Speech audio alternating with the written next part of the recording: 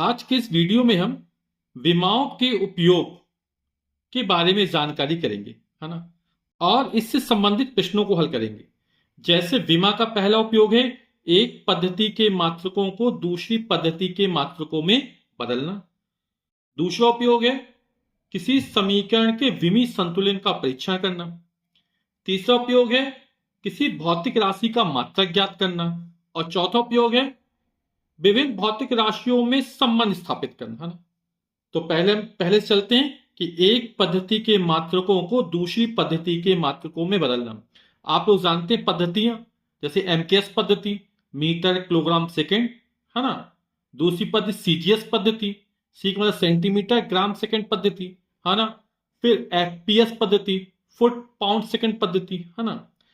तो इन्हीं पद्धतियों में एक मात्रकों को दूसरे मात्रकों में चेंज करेंगे, है ना। भौतिक राशि अपनी वही रहेगी। तो किसी भौतिक राशि के आंकिक मान न्यूमेरिकल वैल्यू तथा संगत मात्रक का गुणनफल एक नियतांक होता है। आंकिक मान और संगत मात्रा का गुणनफल एक नियतांक होता है। जैसे आप लोग जानते हैं कि 1 मीटर बराबर कितना होता है? 100 सेंटीमीटर होता है। तो 1 मीटर बराबर 100 सेंटीमीटर, है ना। तो यहां बोल रहा है आंकिक मान यहां पर 1 है और यहां आंकिक मान 100 है ना।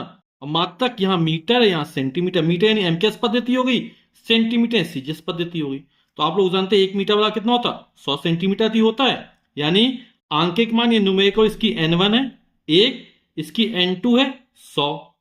मात्रक इसका u1 है, यानी मीटर में एमकेएस पद्धति में, इसका u2 मान लिया सीजीएस पद्धति में।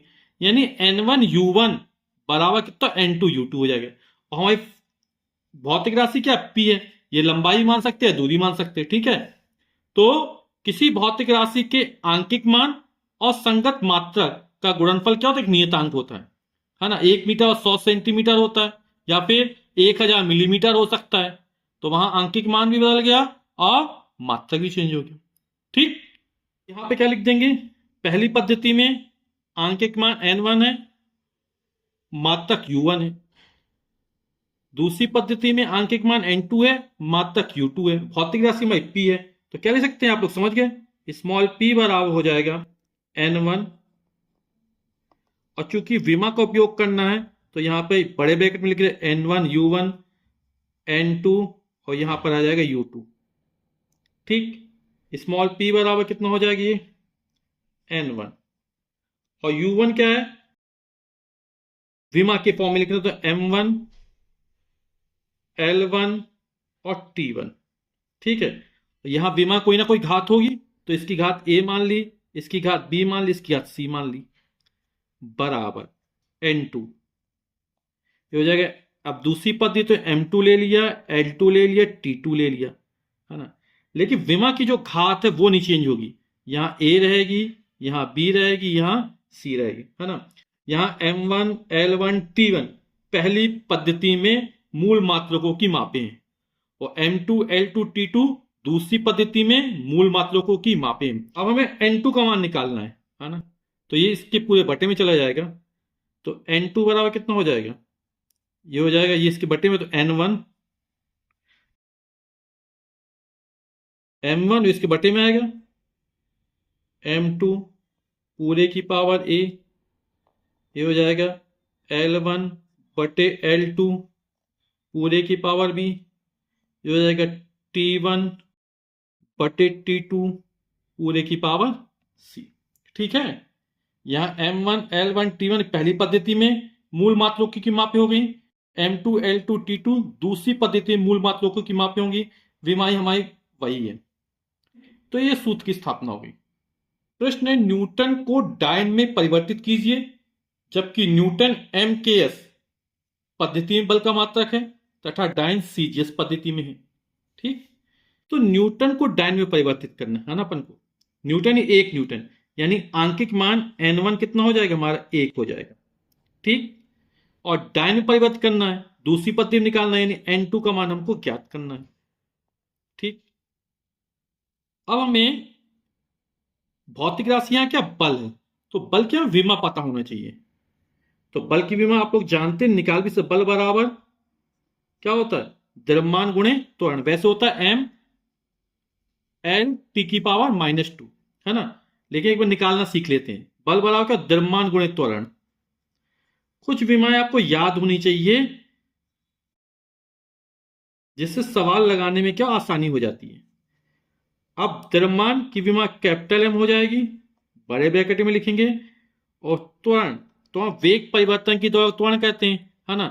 तो वेग की में एल टी की पावर -1 और बटे टी, तो कितना एल टी की पावर -2। यानी जो हमारी बल की विमा होगी वो कितनी होगी, एम एल टी की पावर -2। यदि विमा निकाल कोई दिक्कत हो रही तो आप मेरा वीडियो देख सकते हैं, ठीक, जिसकी लिंक आपको डिस्क्रिप्शन बॉक्स में मिल जाएगी। तो बल की अपन डायरेक्ट भी रख सकते थे यहां पर, एम एल टी की पावर -2। तो एम की घात 1 हो गई, एल की घात 1 हो गई और टी की घात -2 हो गई।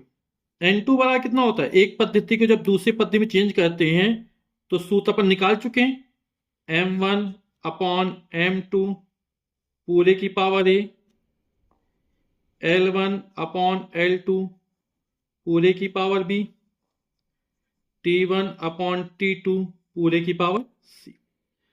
n1 आंकिक मान कितना हमारा 1 है। अब न्यूटन को डायने बदलना, है ना। पहली पद्धति न्यूटन किसमें, एम केस में, ठीक है। तो आपकी सुविधा के लिए कैसे लिखा जाता है वो उस फॉर्म में लिख देते हैं। तो पहली पद्धति, तो यहां पे एम द्रव्यमान, द्रव्यमान में क्या होगा, मीटर किलोग्राम सेकेंड, किलोग्राम आ जाएगा। एल लंबाई, लंबाई की मात्रक मीटर, ठीक। एम के पता है मीटर किलोग्राम सेकेंड होता ना, और टी सेकेंड। ये पहली पद्धति की एम केस में थी। अब किसी में सीजीएस में बदलना है तो बटे दूसरी पद्धति आ जाएगी, सीजीएस सेंटीमीटर, मीटर की सेंटीमीटर हो जाएगा यहां पर, ग्राम यहां पर आ जाएगा और सेकेंड, ठीक। इसमें कोई दिक्कत नहीं। अब यहां पर घात है ना। तो यहां एम की घात 1 है तो यहां घात 1 हो जाएगी, एल की घात भी 1 है, यहां घात 1 हो जाएगी, टी घात -2 यहां -2 हो जाएगी। अब किलोग्राम को ग्राम बदल, 1 किलोग्राम बराबर 1000 ग्राम, या 10 की घात 3 भी लिख सकते थे, ग्राम। 1 मीटर बराबर 100 सेंटीमीटर, क्योंकि बटे में क्या सेंटीमीटर, सेंटीमीटर चेंज करेंगे अपन लोग। और इस सेकंड को सीधा लिखा रहने देते, सेकंड बटे सेकंड। यहां पे इसकी भी घात 1 है, इसकी भी घात है, इसकी घात -2 है। ग्राम से ग्राम कट जाएगा, 1000, 1000 नहीं 10 गुणा 10 गुणा 10, 10 की घात 3। सेंटीमीटर सेंटीमीटर कट के 100, 100 यानी 10 गुणा 10, 10 दाम 100, 10 की घात 2। ये सेकंड सेकंड के एक, एक की घात -2 का मान 1 ही होता है। एक की चाहे सी घात लग जाए, 0 लगेगी तो एक तो भी इसका मान 1 होगा, है ना। तो 10 की घात 3 गुणा 10 की घात 2, आधा समान घात जोड़ 10 की घात 5, है ना। यानी कि 1 न्यूटन बराबर, तो आंके में n1 का मान 1 था, मात्रक न्यूटन हो गया। इसका आंकिक मान 10 की घात 5 यानी n2 का मान, और मात्रक क्या हमारा डाइन, यानी 1 न्यूटन बराबर होता है 10 की घात 5 डाइन। विमाओं का दूसरा उपयोग है किसी भौतिक समीकरण के विमीय संतुलन का परीक्षण करना, ठीक। अब इसमें लिखा है को समझ लेते हैं। भौतिकी में आने वाले प्रत्येक समीकरण में विमीय संतुलन होना चाहिए, अर्थात समीकरण के बाईं ओर तथा दाईं ओर के प्रत्येक पद में, कैसे प्रत्येक पद में मूल मात्रकों की घात समान है तो वह समीकरण शुद्ध है, और यदि मूल मात्रकों की घात समान नहीं है तो वह समीकरण अशुद्ध है। जैसे मान लो हमने एक समीकरण ले लिया v is equal to u plus a t, ये गति का प्रथम समीकरण है। अब इसे प्रत्येक पद की विमा लिखते हैं। v वेग, वेग की विमा कितनी होती है, एल टी की पावर -1। u ये प्रारंभिक वेग है, इसकी विमा एल टी की पावर -1 प्लस ए त्वरण है, एल टी की पावर -2 होती है, और ये टी समय, इसकी विमा कैपिटल टी, ठीक। तो कितना हो जाएगा, ये हो जाएगा एल टी की घात -1, चाहे प्रारंभिक वेग हो और चाहे अंतिम वेग की विमा वही रहती है, प्लस एल, ये टी की घात 1 मानेंगे, -2 में जब +1 जोड़ेंगे तो माइनस का 1 बचा रहेगा, टी की घात -1, एल टी की पावर -1। तो यहां पर देख रहे हैं, यहां पर प्रत्येक पद में विमा कैसी है? सभी की समान है। तो ये समीकरण हमारा कैसा हो जाएगा?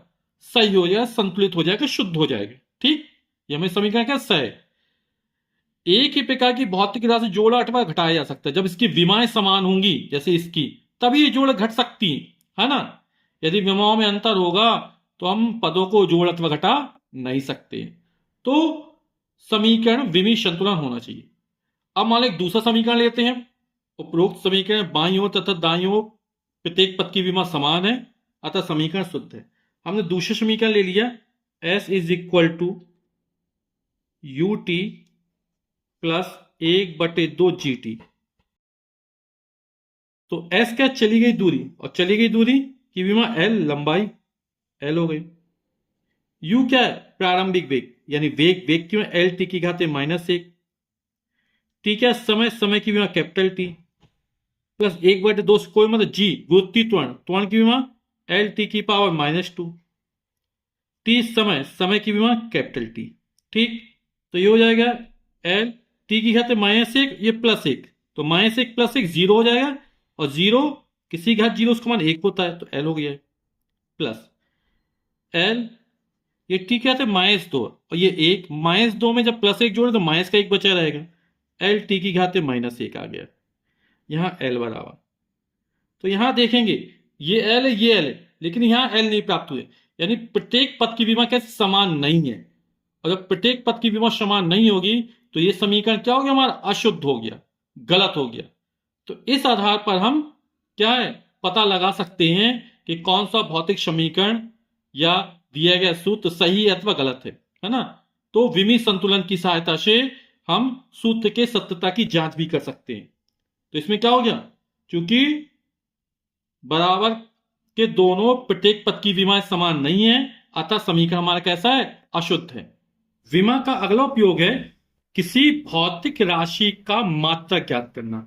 यदि हमें किसी भौतिक राशि की विमा पता हो, है ना, तो उस भौतिक राशि की इकाई या मात्रक को ज्ञात कर सकते हैं। जैसे हमें पता है वेग की विमा क्या होती है। वेग की विमा क्या होती है? L T की पावर -1 या L T की घाते -1। यह पता है वेग की विमा क्या है ना। हमें क्या करें? इसका मात्रक ज्ञात करना है। इसको क्या लिख सकते हैं? L T की घात -1 नीचे आएगा तो प्लस हो जाएगा, तो L/T हो गया।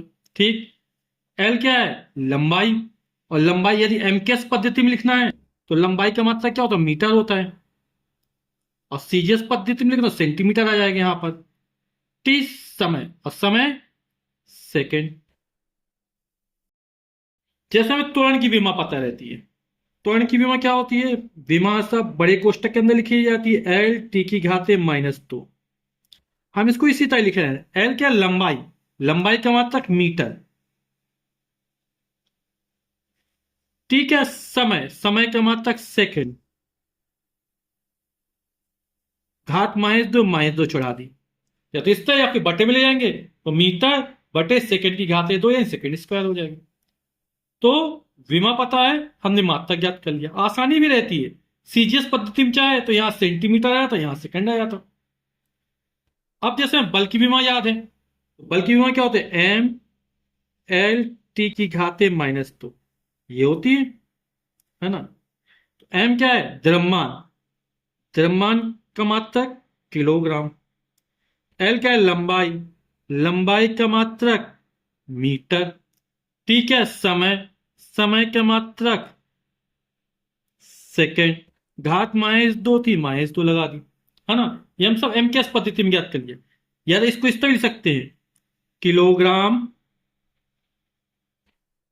मीटर, घात -2 नीचे ले जाए, बटे सेकंड की घाते 2, माइनस था प्लस हो गया, तो किलोग्राम मीटर प्रति सेकंड स्क्वायर, है ना।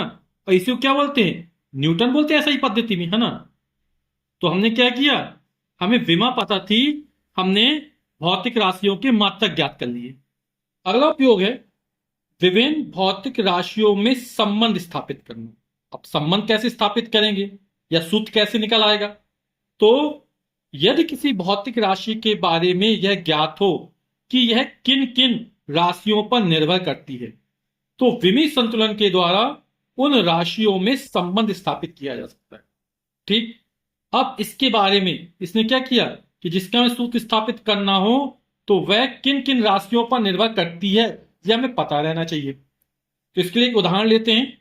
किसी माध्यम में ध्वनि की चाल स्मॉल v, माध्यम की प्रत्यास्थता कैपिटल E तथा घनत्व स्मॉल d पर निर्भर करती है। यानी ध्वनि की चाल जो है किस पर निर्भर करती है? प्रत्यास्थता पर निर्भर करती है और घनत्व पर निर्भर करती है।